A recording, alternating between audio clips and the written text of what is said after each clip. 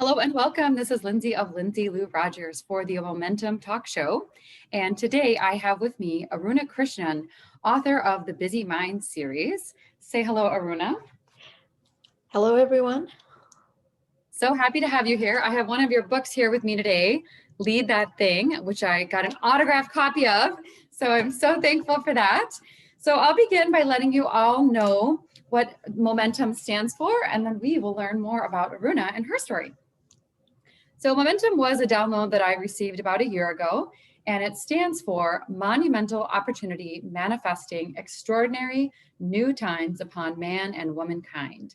So we are happy to have Aruna here today, and I'll say take it away, Aruna. You can tell us a little bit about yourself, and then we'll start learning about your childhood. Okay, sure.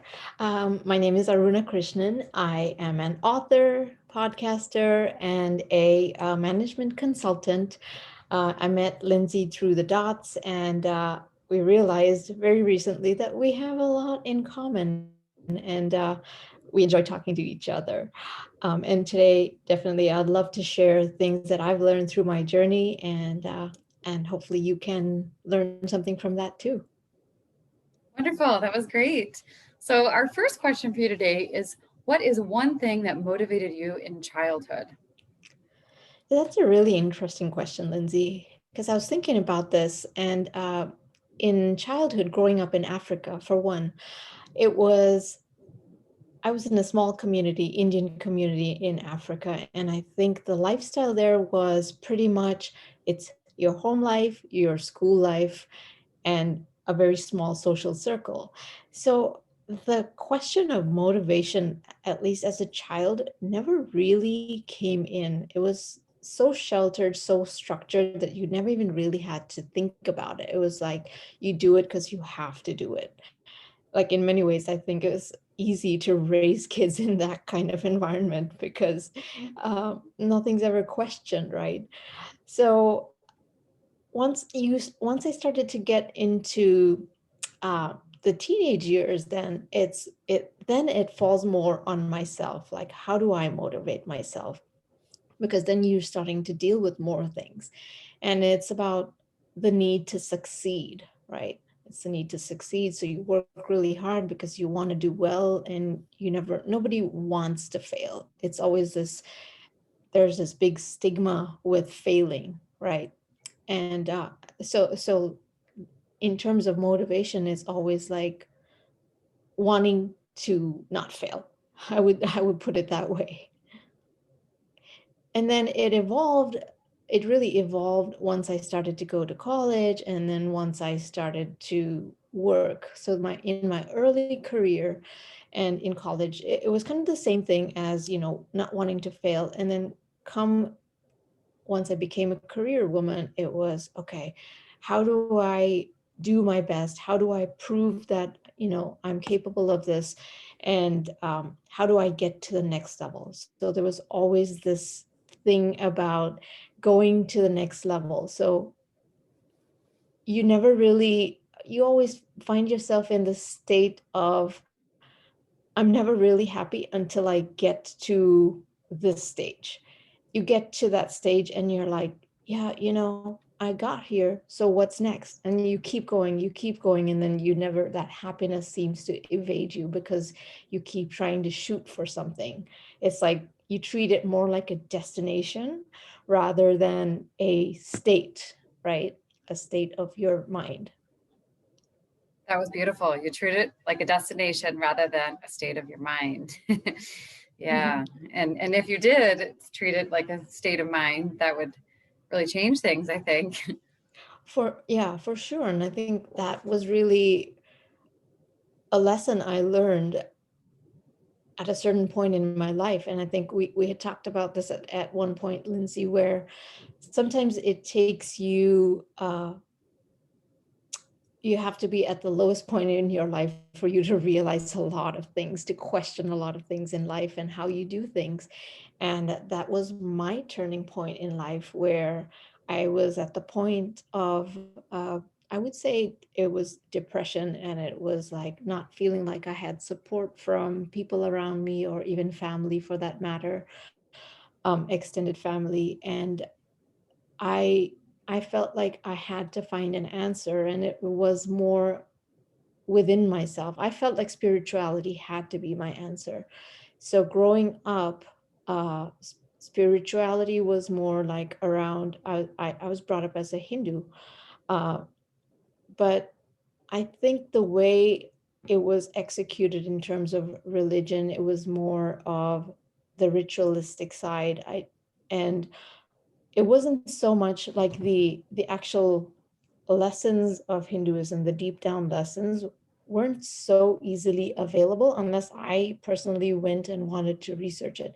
Because when I think about it in mainstream religion, it's more about, you end up getting much more caught up in the ritualistic side unless you actually intentionally go and try and say, what are some of the lessons behind all these things? Why do we do these? You have to have that questioning mindset, right? So what I did was I went to many different spiritual texts, and what I came out with was, at the end of the day, it's all up to us, and it's all in us to define how can we be good people, and by being good people, how we find that happiness. So it's in our mind and how we react to stuff, and knowing that really we really control the trajectory of our lives based on how we think. So for me, it was, I needed to flush a lot of stuff out, like the way I had been going through life. We talked about, oh, trying to get to the next level, that was just a really bad way of doing things, because it's like you have these expectations. So knowing, number one, expectations is the worst thing. So I have this math type of formula that happiness is inversely proportional to expectations. So um, that's something I always remind myself. If I catch myself having a certain expectation, you're like, yeah, maybe scale that back. And, or if I find myself disappointed, it's like, well, did I have a wrong expectation? And is that why I'm disappointed? So then it kind of comes back and then resets. I'm like, okay. So yeah, so then, like I said, I had to flush out a lot of stuff. And so I kind of got into meditation, and like really just more meditation in the traditional sense, more because I had to completely reset. And what that really taught me was to be able to slow down and think about things from the other person's perspective, which I really hadn't done previously. Like, it's not natural. Like, when something happens, you always think about the impact to you, and it's not natural for you to really stop and say, hey, well, maybe they were having a bad day, or where's this coming from, or is there something that I could have done different, right? All that type of reflection. That's what meditation teaches you, is to slow down your mind. I mean, it's not literally now you're just talking at like one word per minute, but it's like your mind is able to slow things down and process things for you so that you're not so impulsive. And incidentally, in the Busy Mind series, the first book really gets into this. I laid out as a framework called stop, wait, go, right? So when you're reacting or when you're feeling flustered, then it's the stop. So stop and check on your body. Be aware of, what are you feeling? Is your breath, is your breath rate really fast? Is your heart rate really fast? Are you, um, are you tightening up? So just kind of recognizing those signs. And then, if you are, then it's time to wait. And the wait truly is just that analysis phase. And a lot of times it's very simple. Like, you can say, take yourself out of the situation, say, walk away from it and say, let me come back to it. If you're having a conflict, just say, okay, I'm going to step back, and I'm going to come back to this. Or if you're in the heat of it, you just take that step back and say, I'm not going to react to this. I'm going to let this play out, because if I react right away, it's more because it's not going to be a thought out reaction, and it's more defending my ego, right? So, and a lot of time we do that. Like, when someone says something to us, we feel it. When we react, it's because we feel like, oh, how dare they say something to us? And that's like, oh, defending our ego or our perception of ourself. So then that's the weight, and that gives you a chance to really say like, okay, have I thought about everything? And by that time you should recheck and see like, how do you feel? Has your heart rate come back to normal? And if you've done a genuine job of doing that analysis, then you can go, which is you can react and feel good about how you react because you've really thought it out. So yeah, that's really a summary of my 10 years of kind of applying that type of thinking. I did the traditional meditation for about a year, and then it became more of the mindfulness, as in, when you're driving and, you find yourself transcending, or if you're working out, or if you're taking a walk, just being aware, hear the birds, hear every single thing, and you just realize your awareness is much more there. So yeah, that was really, it changed a lot for me once I went down that journey. My relationship with my kids, with my husband, with my coworkers, with my relatives, even those that I had had a lot of conflict with, those actually ended up turning around, and people started to be more, recognize me for who I was and appreciate me for who I was, which was quite quite a turn. Yeah, that's a beautiful story. Thank you. You're welcome. I really like that. And I like how you talk about the physical aspect as well. It's really probably hits home for a lot of people to think about the heart rate and the breathing and then reacting. And Hmm. yeah, the senses. Wow, that was great. So I think you touched on one of the questions was the turning point about finally giving up control. So that was great, and being open to sharing your true gifts with the world. Was there any Hmm. piece of that you wanted to add to regarding really being seen for who you were? Yeah, I think what that did for me was, I talked about earlier in my life, it was just that motivation being the fear of failure. And here now with the transformation, um, so another thing really I learned from the mindfulness part was not feeling the need to be validated by others, right? Because I think for a long time, especially I think what drove me to the point of depression was that need for validation, and not from like a broad audience, but even the people that you consider are close to you. And once I gave that up, I think what that did for me was really open up my openness to trying new things, even if it didn't even if it didn't fit with expectations of people, even if it didn't fit with the norms of community or anything like that. So I tried a lot of new different things, and what happened in the process is I learned about myself. I learned about how strong I truly was or am with the books. And then I think actually even before the books, it was, I went on this athletic journey. I did a marathon and triathlons, which were actually really enhanced my spiritual journey, because it really hit home what I'm capable of. Like, I've never had any athletic experience other than going to the gym like 3 times a week, and I'm doing these endurance events. It showed me how strong I am and how I can learn, and how I just persevere. And it was a lesson to me that if I can do this, I really can do anything. It's really up to me, right? And does it matter that I didn't come first in the triathlon? Of course not. Does it matter that I was maybe in the bottom 5 percentile? Of course not. Because guess what? I finished. Right? That was my goal. I finished. And not a lot of people can say they finished a marathon. That's really one of the most difficult things, right? So then just really appreciating that about myself, I think that really built me up. And so again, that lack of that fear of failure just completely disappeared. And it's like, what's the worst that can happen? So I had started to feel like, what's the worst that can happen?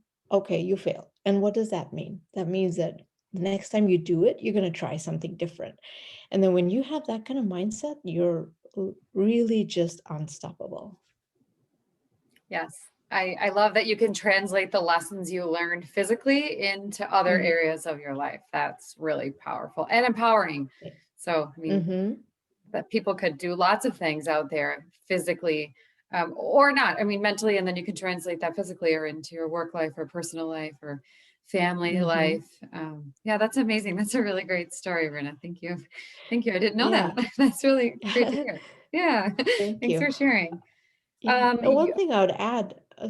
one thing I would add there was, because I think this can translate both ways, is with that athletic journey, I had a personal trainer, and I think I do give him credit for giving me that sort of turning point, because he would constantly say to me, like, oh, it's all mental, it's all mental. Like if I would say, I can't, I can't, I can't. And he did a great job, and he was like, yeah, yeah, you can, it's all mental, it's not physical. And I think that point just really got driven home, because, like, example, I started my first swim lesson with him, I couldn't even get through one length of the pool. And then at the end of the journey, I was swimming half a mile, right? So it's very true. I mean, he wasn't just making that up. It is mental, and it's your ability to, push yourself and see how, not just give up. And for a while, like, his voice would be in my head when I'm practicing. I was like, okay, what would he say? He would say it's mental, and then that would push me. And it was like, you live it and then you believe it, right? Hmm. Yeah, there's your the proofs in the pudding. Yeah, you you Mm-hmm. definitely know.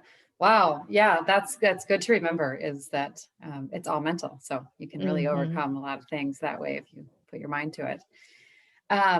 If you could explain your true mission in life in one sentence, what would that be? Yeah, I love that. And I feel like I've come upon my mission really after my transformation, and that is to help people find happiness before it's too late.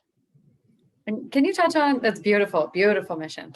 Can you touch on before it's too late? Why that is such like the timing, maybe Yeah. this. Yeah.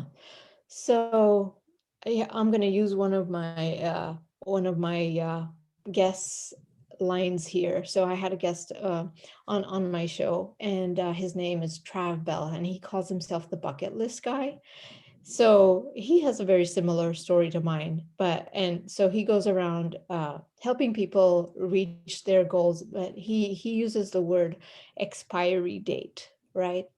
So you want to find your happiness, do things before you reach your expiry date. So the too late is really similar to that, is basically before you pass, right?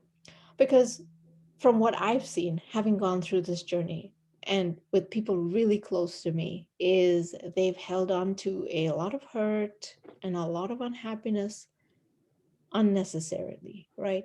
Because now that I've gone through this, I know that you can let go of a lot of stuff, and you can change your life no matter how old you are. Because people think, like, I'm 60, I can't change the way I am, but then yet you're hanging on to hurt from 30 years ago. How is that serving you? In fact, it's killing you every day, right? Yeah. So yeah, definitely helping them find that happiness sooner, than rather than, let them take all the sadness to the grave, because that's really sad. Right. And I think well, I feel the same as you. I've seen, I say if you're 8 or you're 80, it doesn't matter what your number years of life has been. You can make those changes. And yes, sooner rather than later would be nice. And I still think that I've seen it in my lifetime. It's possible no matter what age you are. Mhm. You can still do it in your lifetime. So I feel like that's really motivates us broad span of people. Right, right. That's what people really have to understand. And a lot of times it's that unwillingness to want to change, because change is hard. Change is hard. Whether you think about organizational change, is never easy. It takes effort, and it's always easier to take, the simple way out and say, like, oh no, that person has to do this.